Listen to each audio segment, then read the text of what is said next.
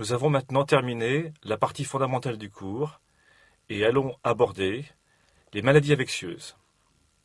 Cette partie est essentiellement descriptive et nous allons aborder maintenant les microbes selon leur pathogénicité et leur association à des maladies appelées les maladies infectieuses.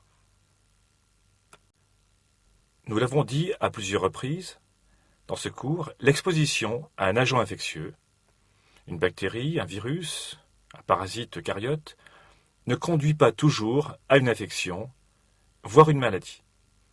Le développement ou non d'un processus infectieux, d'une infection, dépendra de l'immunité innée, seule ou associée à l'immunité adaptative. Les signes biologiques, encore appelés les phénotypes biologiques, et ou les signes cliniques, pourront être détectés après établissement de cette infection et engagement d'une réponse immune. À ce stade du cours, il est important de bien définir ce que j'appelle phénotype biologique ou encore signe biologique et les applications que ceci peut avoir dans le domaine du diagnostic, notamment le diagnostic biologique d'une infection avec ou sans maladie. Un processus infectieux peut donc être diagnostiqué de manière non spécifique par des analyses biochimiques, hématologiques, par exemple l'évaluation quantitative et qualitative des éléments figurés du sang, ou enfin une analyse cytopathologique, voire histologique. Concernant le diagnostic spécifique d'une infection, il s'agit bien sûr avant tout de mettre en évidence l'agent infectieux par des prélèvements et de mettre en évidence les anticorps spécifiques de type IgG ou IgM. Nous développerons cette partie un peu plus tard. Bien sûr, nous allons plus développer maintenant ce qu'on appelle par diagnostic spécifique, en tenant compte du diagnostic direct et du diagnostic indirect. Premièrement, pour les infections à bactéries. L'étape initiale est de détecter la bactérie, tout d'abord par un examen direct, que l'on colore avec la coloration de Gram ou une autre coloration selon l'agent pathogène. Deuxièmement, il faut cultiver, puis identifier la bactérie et l'espèce en cause, et éventuellement de réaliser une sensibilité aux antibiotiques. Ce test est appelé antibiogramme. Ces méthodes sont plus ou moins longues, et parfois, le biologiste préfère utiliser des techniques de détection directe des antigènes de la bactérie au sein des prélèvements, ou mieux, des détections des acides nucléiques des bactéries par une réaction de PCR, c'est-à-dire par amplification de certains gènes de la bactérie. Dans certains cas, le biologiste peut détecter des anticorps spécifiques de bactéries. Ces anticorps seront détectés au niveau du sérum.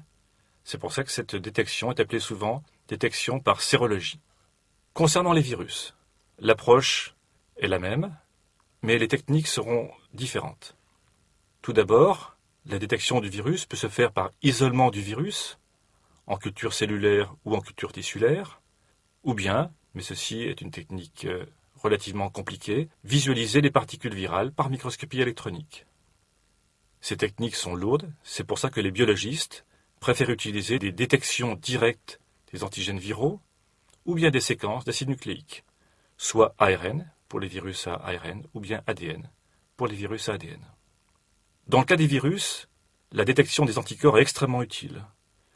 Dans ce cas-là, une infection virale pourrait être objectivée par une augmentation significative au cours du temps des IgG spécifiques ou bien la détection des IgM spécifiques sur un seul prélèvement. Mais revenons à ces notions d'infection et de maladie. Pour cela, je vous demande de vous remémorer cette figure que nous avons déjà vue auparavant et qui montre les étapes des interactions de l'hôte avec son environnement au cours d'une infection par un microbe.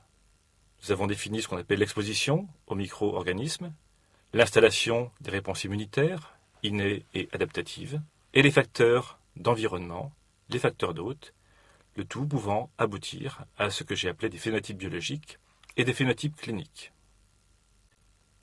Pour aller plus dans le détail, on peut définir comme infection le processus complexe qui va de l'exposition à l'agent infectieux jusqu'au développement d'une maladie infectieuse, avec symptômes, et ce processus va être sous la dépendance du contrôle de l'hôte et de l'environnement, comme nous venons de le voir. Les facteurs d'hôte peuvent être génétiques, par exemple des mutations au niveau d'un gène impliqué dans l'immunité anti-infectieuse, ou non génétiques. Par exemple, la présence de lésions cutanées ou d'une autre maladie intercurrente. Les facteurs d'hôte peuvent jouer également au niveau de l'exposition. Dans ce cas-là interviennent le rôle des barrières cutanées ou muqueuses, ou bien au niveau de l'infection par le micro-organisme. Dans ce cas-là, nous verrons le rôle de l'immunité innée et adaptative, et donc le rôle de la réaction inflammatoire. Enfin, les facteurs environnementaux peuvent être microbiens, c'est ce que nous allons définir par facteurs de virulence, ou bien ces facteurs peuvent être liés au mode d'exposition, l'influence de l'air, de la température ou de l'humidité, et peuvent avoir un impact à chaque stade de l'infection. En résumé, et ceci est très important, une maladie va être la conséquence, appelons ça un dérivé, de la réplication d'un pathogène dans des conditions définies. Le plus souvent, les agressions au niveau de l'hôte, ce qu'on peut appeler une maladie infectieuse, ne sont pas la conséquence directe de l'action du pathogène. C'est le résultat d'une réaction forte du système immunitaire face à l'infection. Sur les milliers, voire les millions de microbes qui nous environnent, seuls quelques micro-organismes, disons une centaine, peuvent provoquer des infections et des maladies plus ou moins graves. Ils sont appelés pathogènes ou agents pathogènes. Cette image vous donne quelques exemples d'agents pathogènes. En bas à gauche, par exemple, un agent parasitaire, l'agent de la maladie du sommeil, du genre Trypanosoma. C'est un pathogène très violent, de même que le virus Ebola, dont on voit ici une image en microscopie électronique. À droite, en haut, nous voyons une coloration de Dziel, pour colorer le bacille de la tuberculose. Un agent pathogène, bien sûr, associé de maladies à forte incidence, la tuberculose. Et en bas, le pneumocoque. Ici, c'est une coloration au gramme, on voit très bien la bactérie avec sa capsule. Par cette diapositive, je voudrais insister sur, d'une part, une définition absolue de la pathogénicité, que l'on pourrait définir par l'agressivité du pathogène. Dans ce cas-là, ce caractère absolu peut être lié à l'élaboration de toxines par la bactérie, ou le caractère d'envahissement des tissus grâce à des enzymes bactériennes, ou à la destruction des cellules, notamment par l'effet cytopathogène des virus. Mais ce caractère de pathogénicité peut être relatif. Ainsi, souvent d'ailleurs, il est déterminé par notre état de santé général, la fatigue, le stress, d'autres maladies associées, ou un mauvais état général. Également, cette pathogénicité peut être sous la dépendance de la rapidité de notre immunité innée et adaptative. Deux exemples. Tout d'abord celui du méningocoque, Neisseria meningitidis, qui dans quelques cas, dans l'épitempéré, peuvent être associés à des méningites graves qu'on appelle les méningites cérébrospinales. Cette bactérie peut être portée chez des individus sans symptômes. On parle alors de portage sain. Dans certains cas, ces porteurs sains peuvent développer une maladie, voire mourir. Ceci sous des influences diverses, le climat, l'état général. Donc ça, c'est le caractère relatif de la pathogénicité.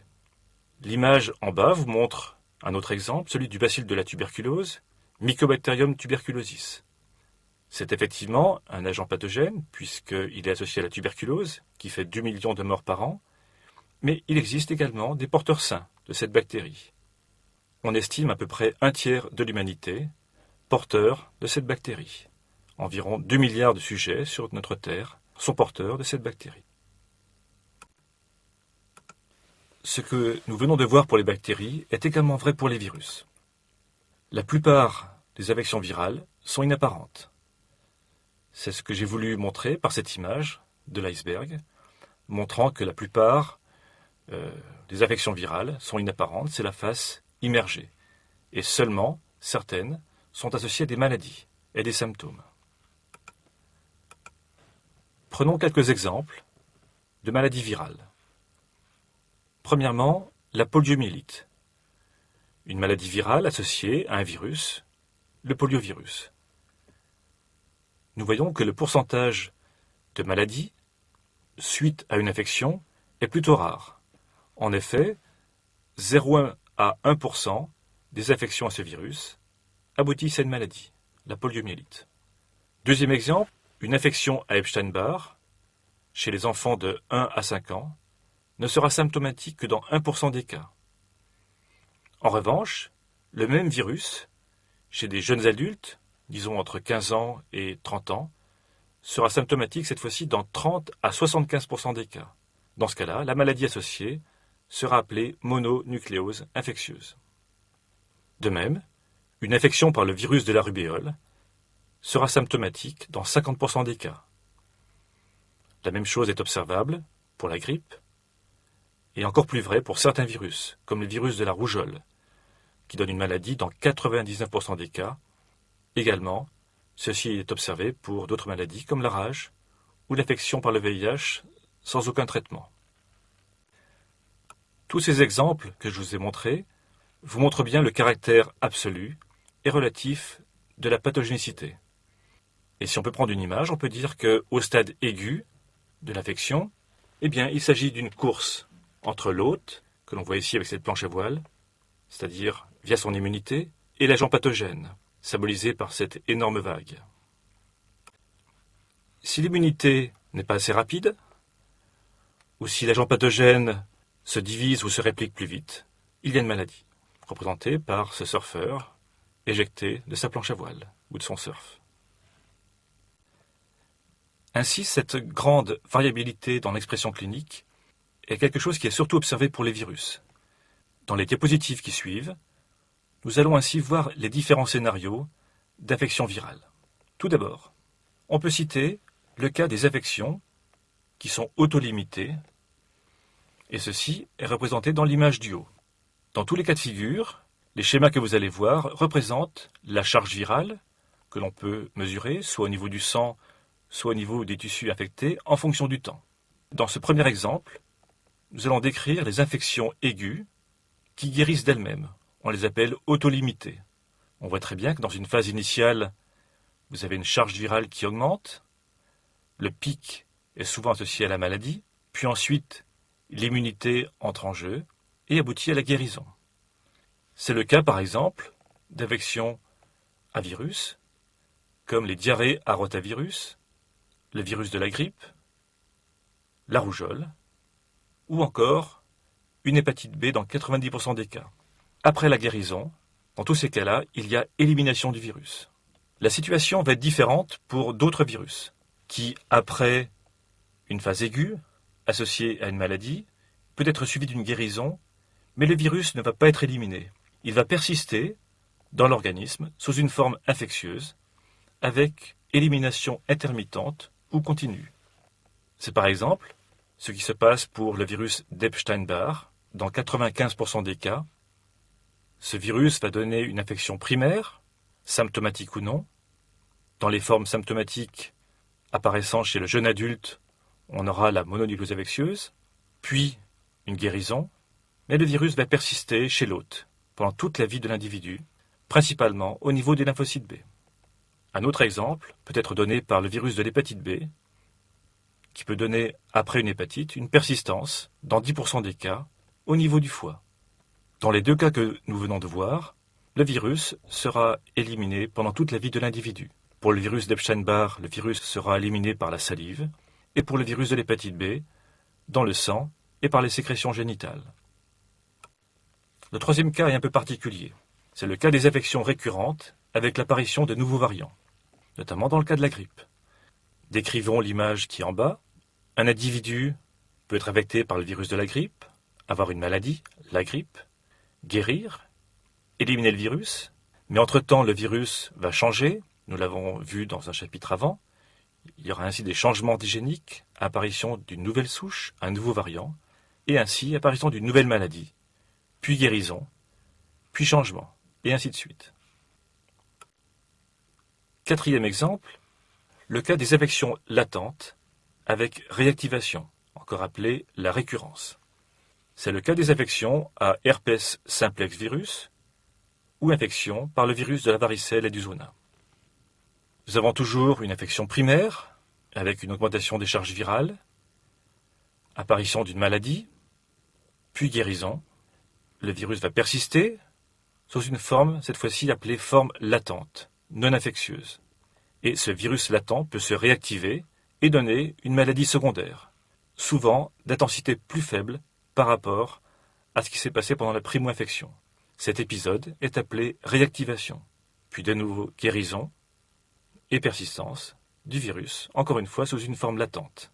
Ainsi, il peut y avoir une dizaine de réactivations, voire une centaine de réactivations pour le virus herpès simplex. Dans le cas du virus de la varicelle et du zona, nous avons une primo-infection, la varicelle, et une seule réactivation, le zona. Pour le virus herpès simplex, l'HSV, ou encore appelé herpès simplex virus, on connaît très bien qu'est-ce qui déclenche la réactivation.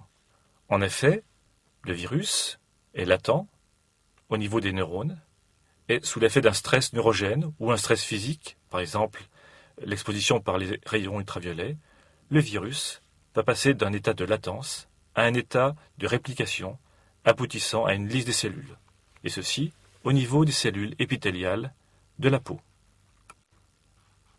Un bon exemple aussi est l'exemple du virus de la varicelle et du zona.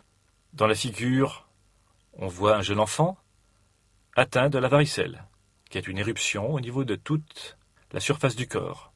Après guérison, le virus va migrer le long des nerfs sensoriels, puis envahir les ganglions sensitifs, par voie hématogène ou bien, comme je viens de vous le dire, par cheminement dans les fibres nerveuses sensitives. Et il va rester latent au niveau des nerfs et au niveau des ganglions. Beaucoup plus tard, ce virus peut être réactivé, souvent à l'âge adulte, voire chez le sujet âgé. Dans ce cas-là, on appelle la maladie liée à cette réactivation le zona. Encore une fois, le virus peut être réactivé, notamment par le stress neurogène. Le virus passera ainsi d'un état latent à un état réplicatif. Il va migrer en aval, le long des nerfs sensoriels. On appelle ça une progression rétrograde par le neurone sensitif jusqu'à la peau, où il provoque une éruption vésiculeuse typique du zona. Un autre scénario est représenté par les infections persistantes d'évolution lente avec un épisode aigu initial. Le cas le plus typique est l'exemple du VIH et du sida. Dans les premières étapes de l'infection, nous avons, après une phase d'incubation, la maladie au stade aigu, une primo-infection, puis une guérison. Cette guérison n'est qu'une rémission, puisque après, le virus va continuer à avoir une réplication active dans des sites privilégiés. Par exemple, pour le VIH, au niveau des ganglions lymphoïdes et au niveau des lymphocytes. Cette réplication de plus en plus active aboutit, en plusieurs années, à une maladie finale. Par exemple, dans le cas du VIH, c'est le sida. On peut donner également d'autres exemples. Dans le cas des rétrovirus, on peut citer les oncovirus associés à des leucémies. Ou bien encore, dans une rougeole sur 1000, on peut avoir une encéphalite, et dans une rougeole sur 1 million, une encéphalopathie très grave, appelée panencéphalopathie subaiguë sclérosante. Un même scénario est observé par d'autres virus, notamment des papovavirus, comme le virus JC, avec la leucoencéphalopathie multifocale progressive, ou LMP. Enfin, décrivons le cas d'infection persistante, d'évolution lente, mais cette fois-ci sans épisode aigu initial. Dans ce cas-là, il n'y a aucune phase aiguë, il y a une croissance lente du pathogène, puis une maladie finale. Un bon exemple est donné par le scénario d'une infection à prion. In fine, cette maladie, chez l'homme, peut être le courroux ou la maladie de Creutzfeldt-Jakob. Chez le bovin, c'est l'encéphalopathie spongiforme bovine, et chez l'ovin, le mouton, la tremblante du mouton, appelée encore Scrappy.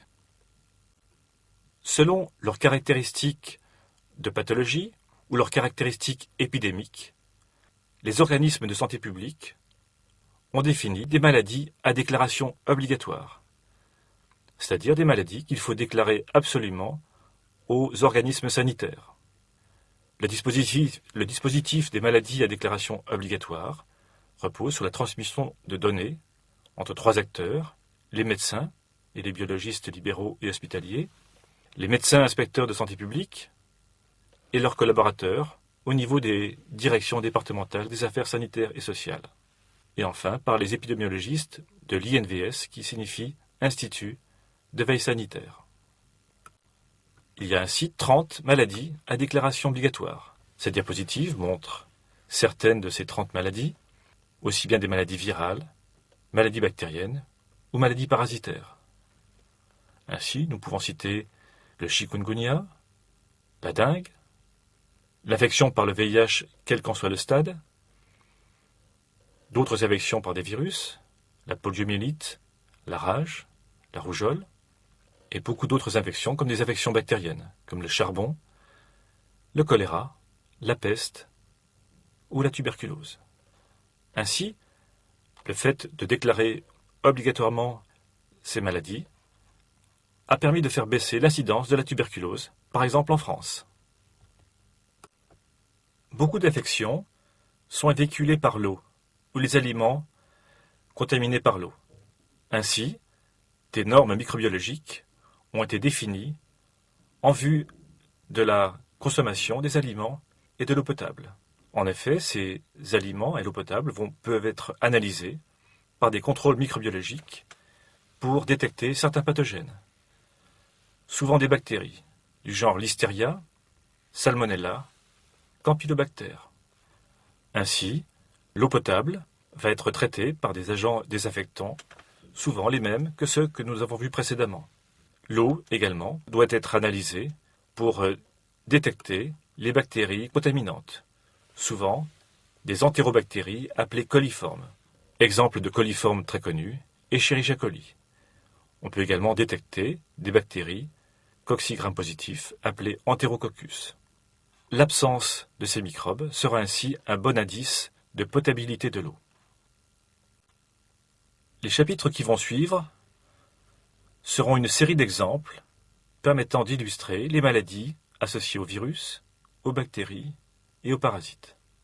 Voyons tout d'abord les maladies associées à des virus.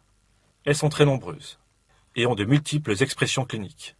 On peut citer par exemple des virus à ARN, les picornavirus, associés à des rhumes classiques, ou bien à des diarrhées, ou bien encore à des syndromes ménagers.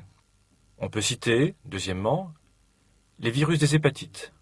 Ainsi, les virus de l'hépatite A, virus de l'hépatite B et virus de l'hépatite C sont capables d'infecter les hépatocytes, qui sont les cellules constituant le foie. Ces virus appartiennent à des familles différentes les unes des autres, mais ils ont en commun leur pouvoir hépatotrope, c'est-à-dire leur tropisme pour les cellules hépatiques. Troisième exemple, voyons maintenant les virus transmis par les insectes. Nous les détaillerons dans les diapositives suivantes. Il s'agit des arbovirus, contraction du mot anglais Arthropod Borne Virus. Citons les virus grippaux, ceux des pandémies anciennes, 1918, 1957, 1968, les virus grippaux actuels, comme le H1N1. Et beaucoup d'autres virus, principalement des virus associés à des diarrhées. Citons enfin des virus particuliers appartenant à une famille, les rétroviridés.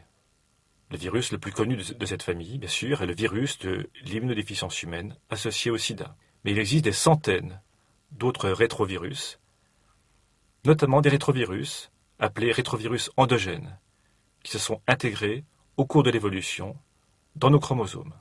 Et enfin, nous aborderons le cas des virus associés au cancer.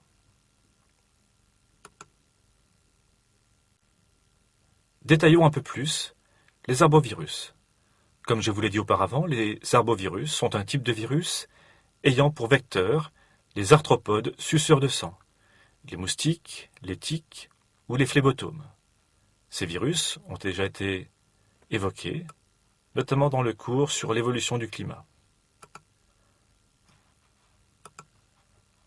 Tout d'abord, le virus est absorbé lors du repas sanguin par le moustique, ou le tique, ou le phlébotome.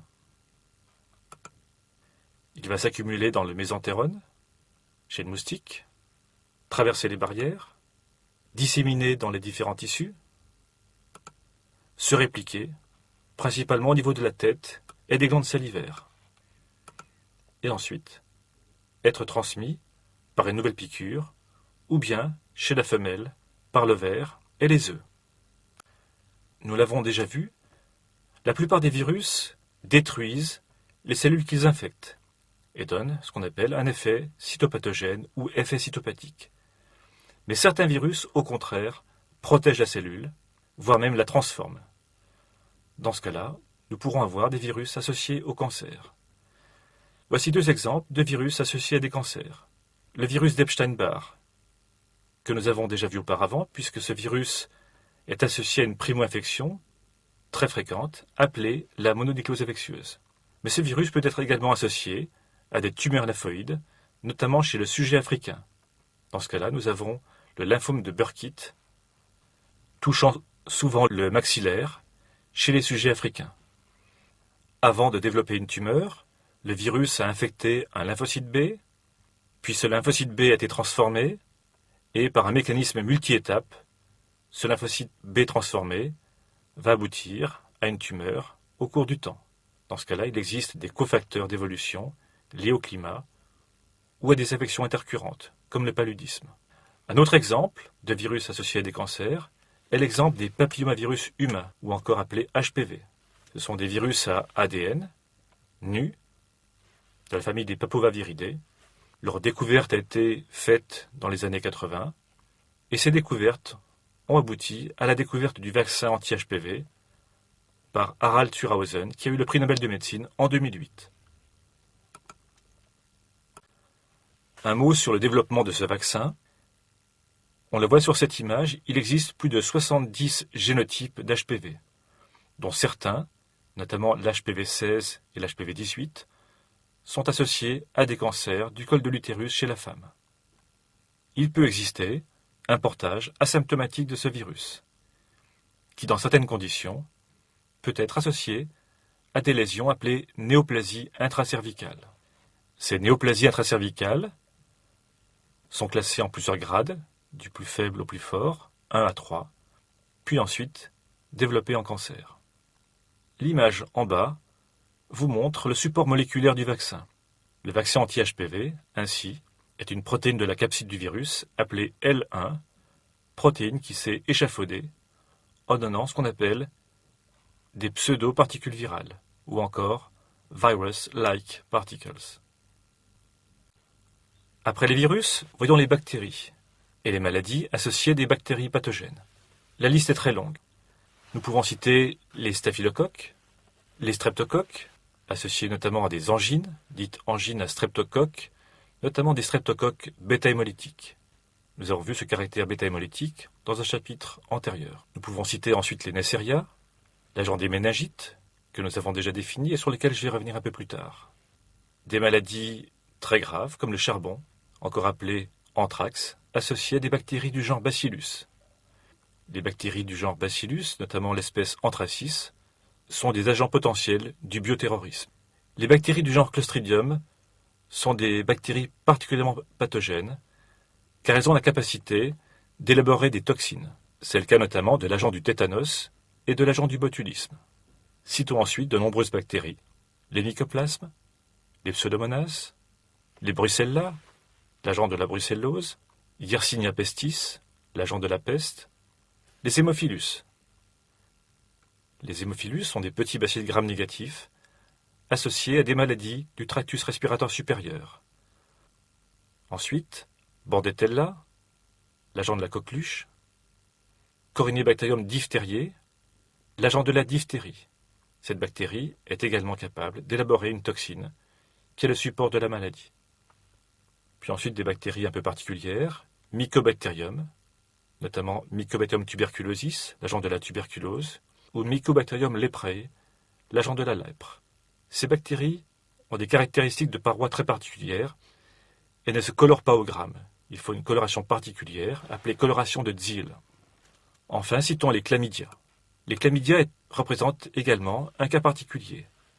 Ce sont des bactéries qui ne se divisent qu'à l'intérieur de cellules, comme le montre l'image en bas à droite. Ces bactéries, colorées par fluorescence, montrent des inclusions cytoplasmiques bourrées de bactéries. Enfin, citons l'agent de la syphilis, Treponema, l'agent de la maladie des légionnaires, Legionella, et les rickettsia, l'agent du typhus.